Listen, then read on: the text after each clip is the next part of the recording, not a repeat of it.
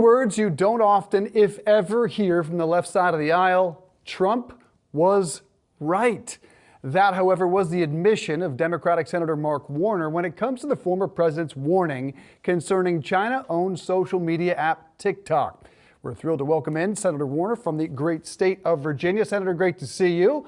Like millions of others, I'm a parent who watches my kids endlessly, sometimes mindlessly, scrolling TikTok. Why should I and those watching be concerned? Well, let me give you three reasons. First, I think every parent, and for that matter, every user of TikTok ought to realize that the TikTok that we get in America, or for that matter, anywhere else in the world other than China, is a very different product. What happens in China is there's a TikTok that encourages you to be scientists. It says good things about President Xi. It focuses on STEM education. You know, it's kind of like the eat the spinach version of TikTok that go to the Chinese people, whereas the rest of the world gets this addictive TikTok that may emphasize a lot of things that are maybe not as attractive that you would want as a parent, number one.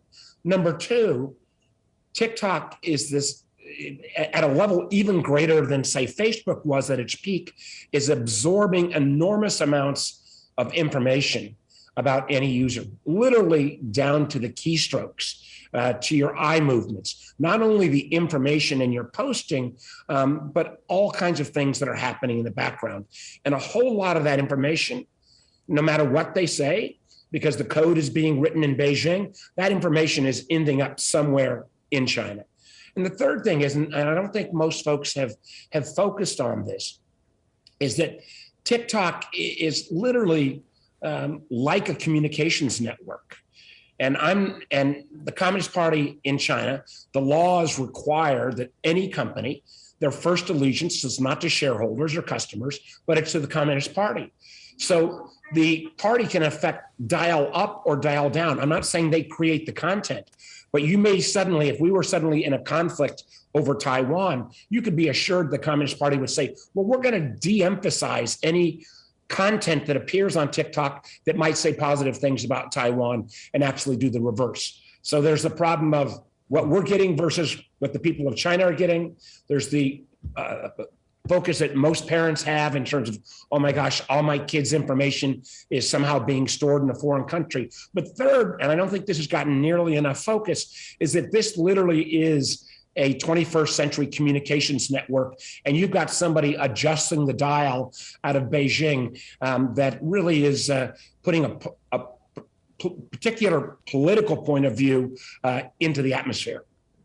So you say that information is winding up in China. What type of information could they be getting? How could it be compromised? How could it be weaponized by the Chinese?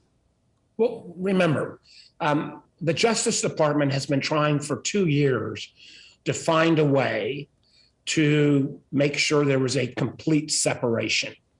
Now, one of the reasons I've not gone as far as some of my colleagues in terms of saying, you know, complete and total ban, although we will point out already the American military has said, we don't want our soldiers using TikTok, so I'd take that under advisement. But my concern is if you've got the guys and gals who are writing that code in Beijing, I fear that no matter what they say about having a wall that keeps all this information somehow separate,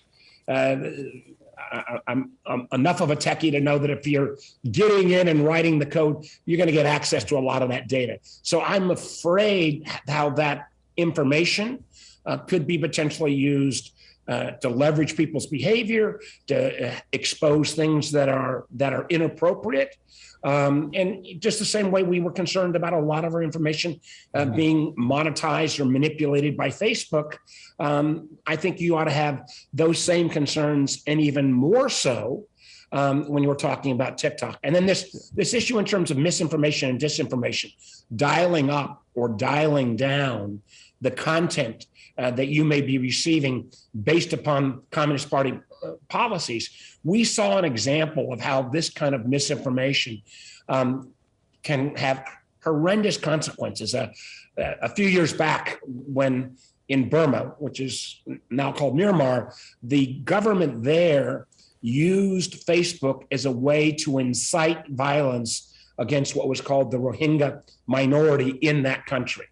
Facebook acknowledged that was a problem. They ultimately moved to try to correct it. But that ability to literally create violence in the case of the Rohingya, virtual genocide because of misuse of these platforms, we have to realize that as a potential. Now, I'm not saying that's happening on TikTok today, but I am saying if at the end of the day, the Communist Party and President Xi can dial up or dial down the content that your kids may be seeing, that would worry me.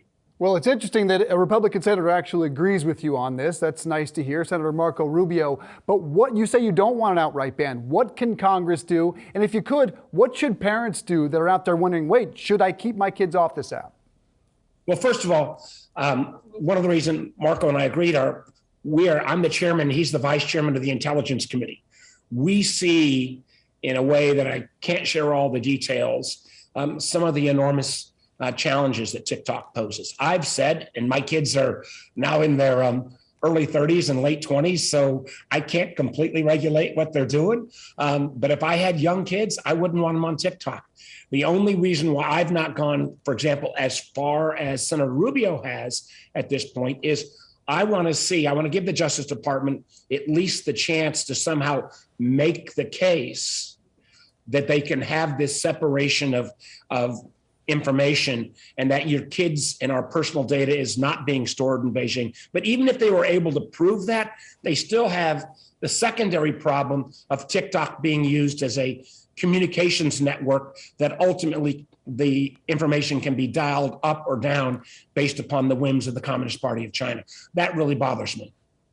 Quickly, I want to get your take on what's happening in a Delaware courtroom today as the FTX bankruptcy hearing gets underway. And this is a complex web that's been weaved together. Looks like a lot of fraud. What can Congress do there to assure the next one won't happen? Well, I am afraid that we may see a number of additional failures coming out of crypto. I've tried, again, to keep an open mind. The idea that a distributed ledger and blockchain technology offers a lot of potential. I've seen that unfortunately, there's been a lot of manipulation in this field. I've not seen a lot of the kind of, I got to transfer money to my grandmother in Kenya on a Sunday. That kind of usage really hasn't taken place. I think we may see other failures along the way. The Securities and Exchange Commission, the SEC, has brought some actions. I hope they will bring more. I think we've got to take a look at things like the so-called stable coins. Are there really an equivalent of a liquid dollar behind each one of those tokens? So I think there's a lot of work to be done. I don't want to close off the potential of this distributed ledger technology, but clearly what we've seen so far with the commingling of funds that took place with FTX, that's plain old-fashioned fraud. Senator Mark Warner of Virginia, really great to have you here on Yahoo Finance. Happy Thanksgiving, sir. Happy Thanksgiving. Take care. All right, thanks for coming on.